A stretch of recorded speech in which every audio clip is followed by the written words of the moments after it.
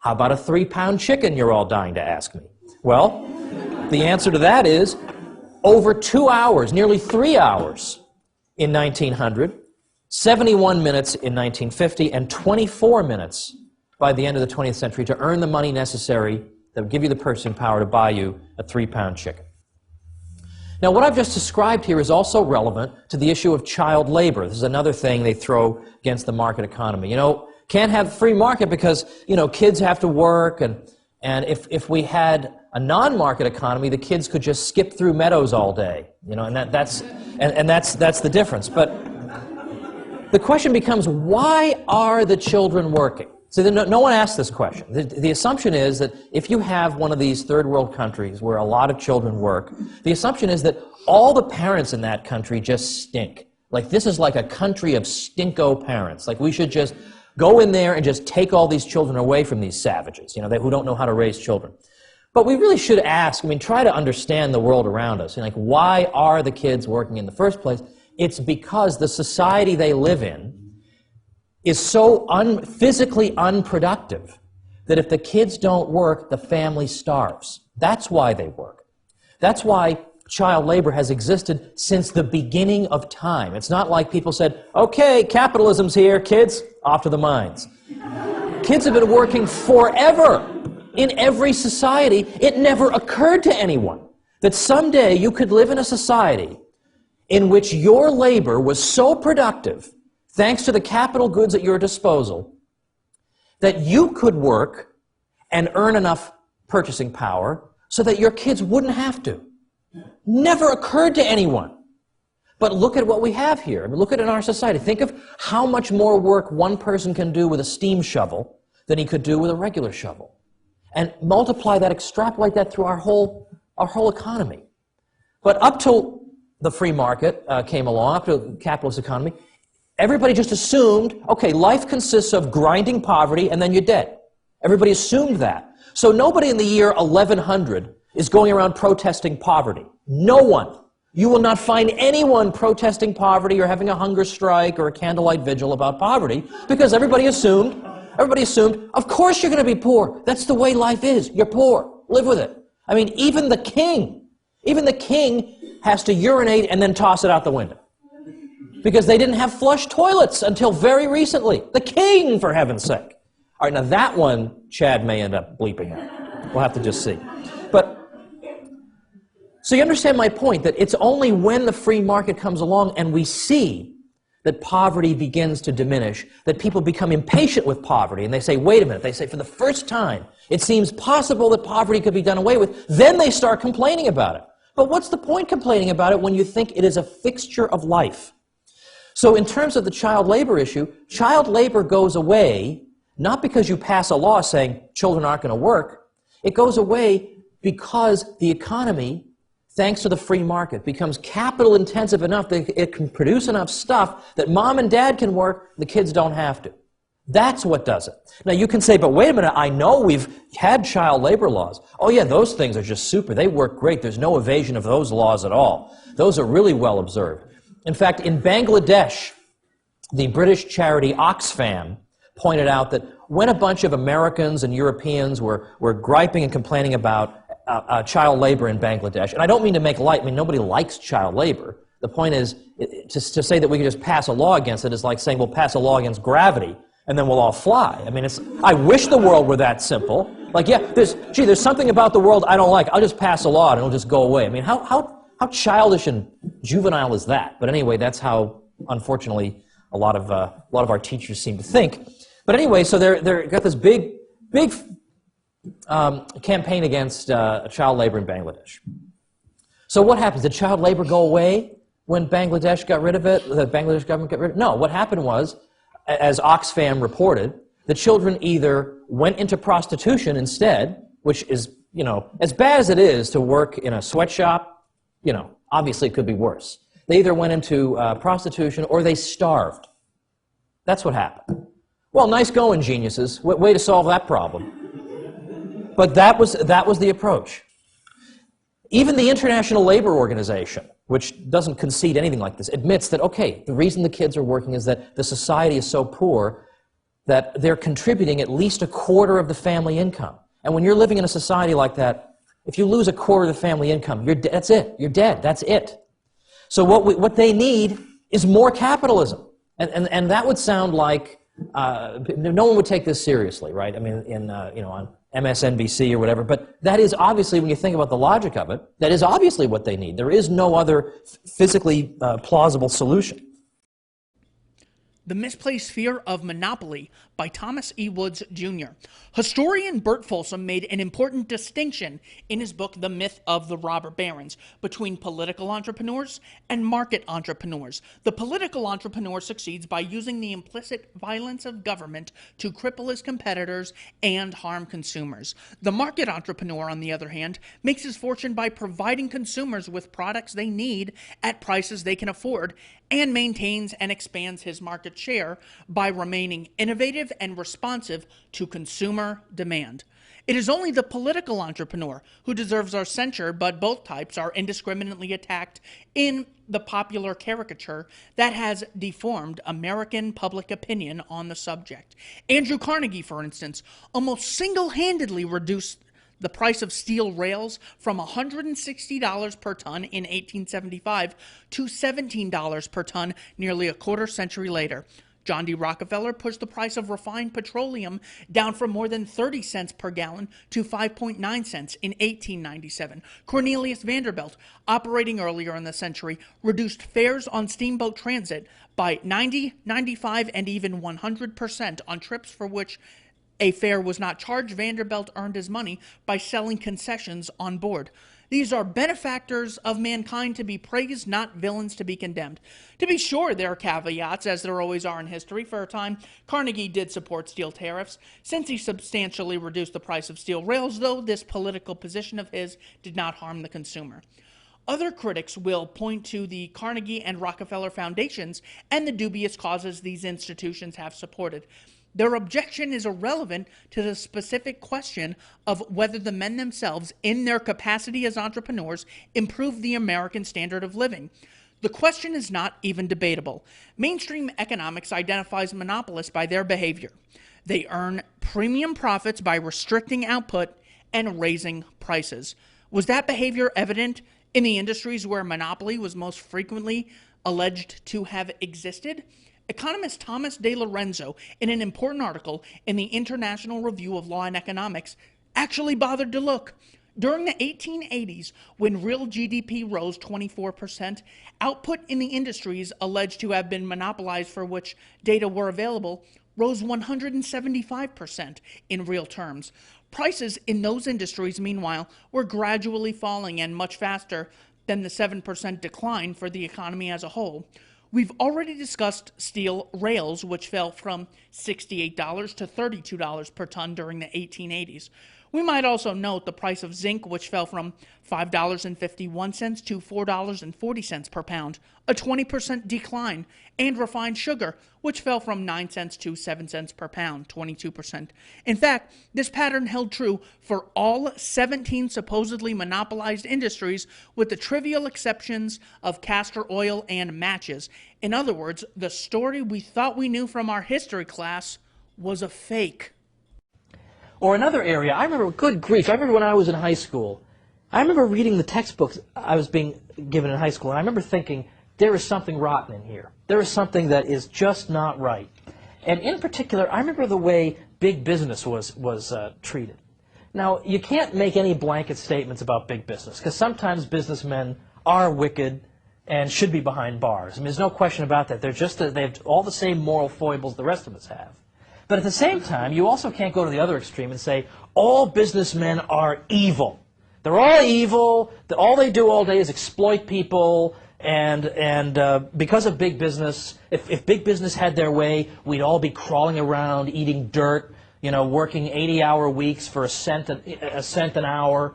That's the view that you get, that I got in high school, was that, man, if they had their way, that would be our fate. And thankfully, the lesson goes, the government stepped in and protected us from these wicked businessmen. Because the government is made up of wonderful people who have nothing but the best intentions, who just want to rescue us from all the wicked people. That is the view you get. It's in every textbook. There ain't no textbook. Oh, I have to be careful. There isn't a textbook out there that teaches you anything different. You get the same old, the businessmen were wicked. Well, what I've tried to suggest in my book and in some of my other work is that, in fact, if it weren't for big business in the 19th century, which is the time when supposedly everybody was being exploited by the businessmen and all that, people would have been living much, much more miserable lives than they actually were living. Because, for instance, if you think of the guy who has been most demonized of all, the guy who they may as well draw horns on his head in the textbook, would be John D. Rockefeller, the great oil giant who was involved in refining oil. Now, it's important to remember, by the way, that, you know, oil, you pump it from the ground, and then you refine it, and then you use it. Well, initially, people didn't know you could really use this black stuff coming up from the ground. It was just a big nuisance. If you were a farmer and you had oil underneath your property and it would seep up from time to time, it was just a big nuisance. Well, then people realized that it could be refined into kerosene, which you could use to light your home. Well, now suddenly that black stuff is very worthwhile. So if you've ever seen, I don't know if any of the young people have ever seen the Beverly Hillbillies, but the show starts with a guy who all of a sudden, hey, there's oil on his property, and he's not sad about that at all. It means he's going to be an instant millionaire, and he's going to go move out to Beverly, you know, Beverly Hills, okay? Well, ultimately that's what happens, that people figured out this black stuff that seems like it's just annoying has a very important use, and in the mid-19th century it was discovered you can actually pump it up from the ground. You don't have to wait for it to just bubble to the surface and then try to scoop it up. You can pump it from the ground. Well, this changes the landscape, because now you can make this into kerosene. And instead of having to light your home using whale oil as an illuminant, you can use kerosene. Whale oil costs like $500 zillion an ounce. That's an approximation. It's not an exact statistic. But it's extremely expensive. Most people can't afford whale oil. Whales aren't that happy that people are using whale oil either. But if you don't have to use whale oil anymore because you got cheap black stuff coming out of the ground, that's an advance. And so John D. Rockefeller got involved in the refining of oil. You take the crude oil from the ground, you refine it, and make it into kerosene.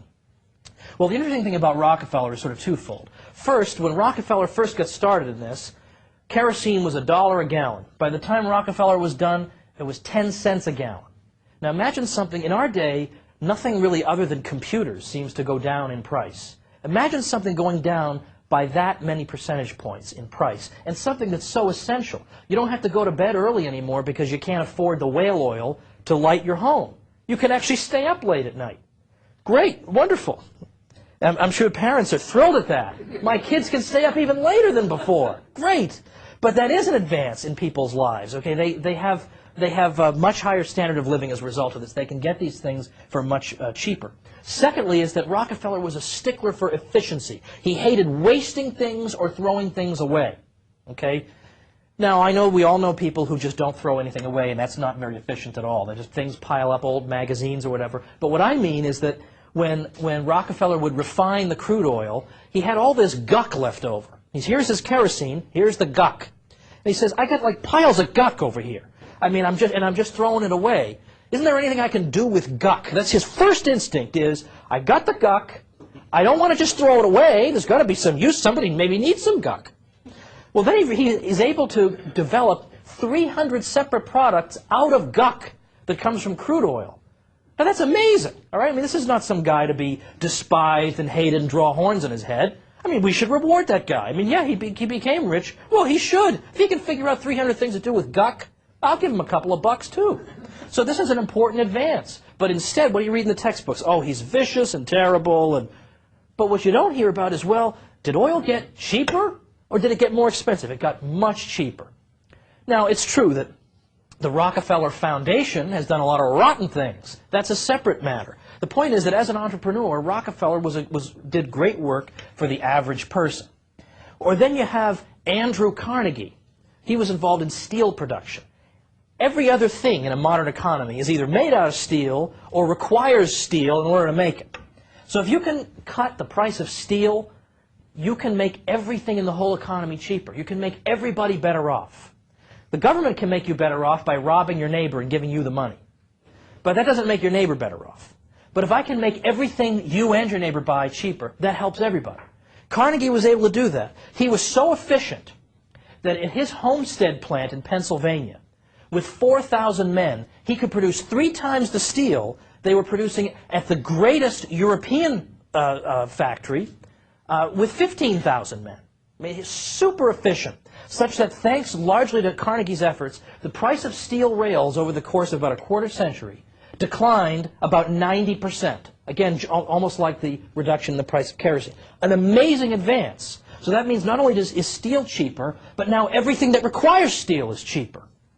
Now, do we see in the textbooks people saying, wow, that's wonderful that Carnegie did this? No, Carnegie's terrible and greedy and wicked and evil. Well, okay, maybe you feel that way, but that's not a very useful historical statement. I mean, what did the guy do? Why don't you tell me that? You don't typically get that in the books. Here's what you do get, okay? Typically you get this. You get this argument that big business, and here's your term for the day. Big business, we are told, engages in something called predatory pricing. Ooh, what does that mean? Well, that means that supposedly big business has the power to, let's say it's me and Dick Clark's here in the room. We have a guy here named Dick Clark, okay? I'll leave all the jokes, American Bandstand jokes out of this. It's not fair. And the young students don't even know what I'm talking about anyway. Fair enough. But suppose I'm competing with Dick Clark. The idea is that if I'm a gigantic business, I can charge such low prices that my smaller competitor, Dick Clark, Dick Clark's like 3 feet taller than I am, my smaller competitor, Dick Clark, can't possibly match my prices. So I drive him out of business. The idea of predatory pricing is that I price my goods so low, nobody else can price them that low. They all go out of business. Everybody buys from me. But then, when all my competitors are out of business, then I jack the prices back up, because where are people going to go? Okay, so it's sort of the principle of why it is if you go to the movies. I don't know why these days you would, but let's say you go to the movies. You notice that the small drink is like $8.75. Like, why is that? Well, pretty much because where else are you going to go? You can't smuggle drinks into the theater. And you don't have to tell me stories about I smuggled a beer in. Yes, I know you can do it, but you're not allowed to do it. The point is there's nowhere else for you to go. Well, that's the idea of predatory pricing. That the big business drives all the competitors out, raises the prices, there's nowhere else for you to go, got to buy from him, and then he makes all these great profits.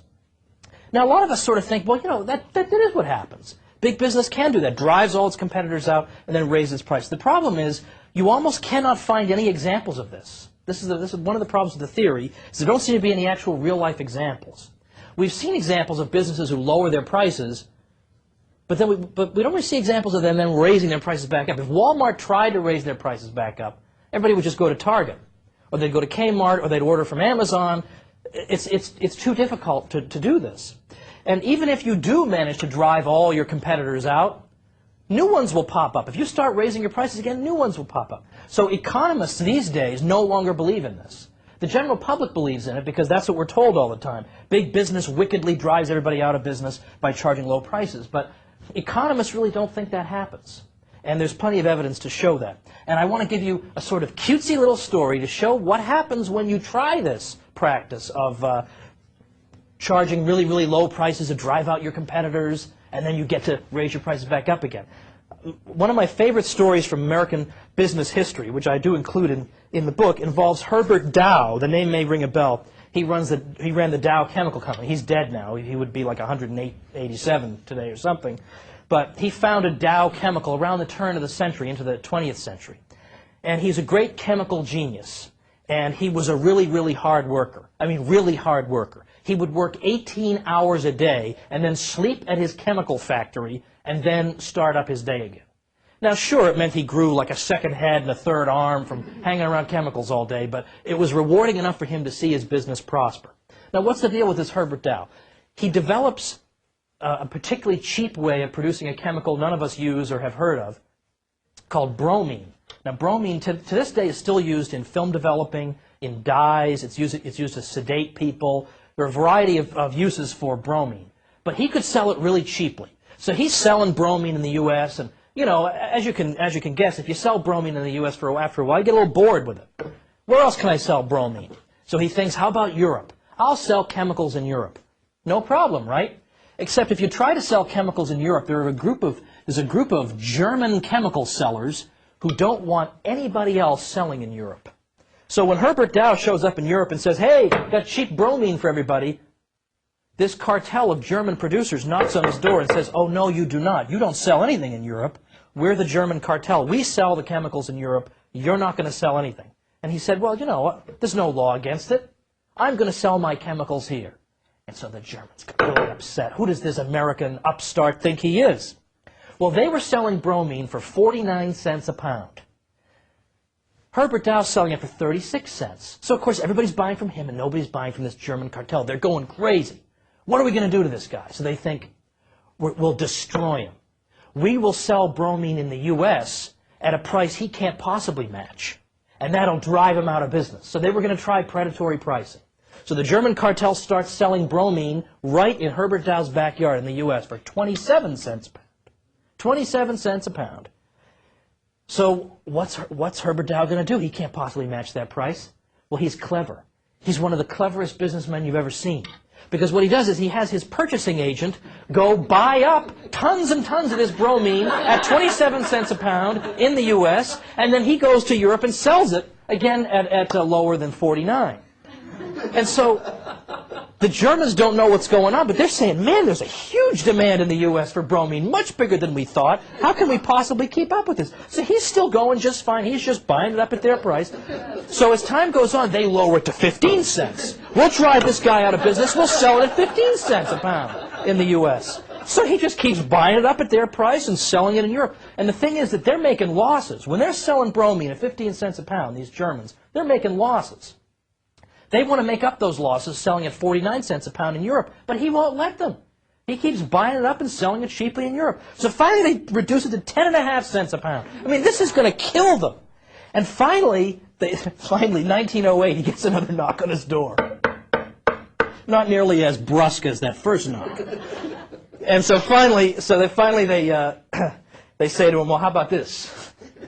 How about we sell bromine in Germany, you sell in the United States, but the rest of Europe is open to free competition. What do you say to that? And he said, okay. And so by just sticking to his guns, Herbert Dow totally defeated this predatory pricing attempt and became quite wealthy in the process. Did very well and established, in effect, a free market in chemicals for the future. So I think that's kind of an interesting story, but where's Herbert Dow in the curriculum? You know, why is he not mentioned? He's a great man, Herbert Dow. We should be proud of him as Americans. All right, let me just pause here for a second. I mean, I get so worked up when I'm talking about bromine. It's unbelievable. Oh, gosh, okay.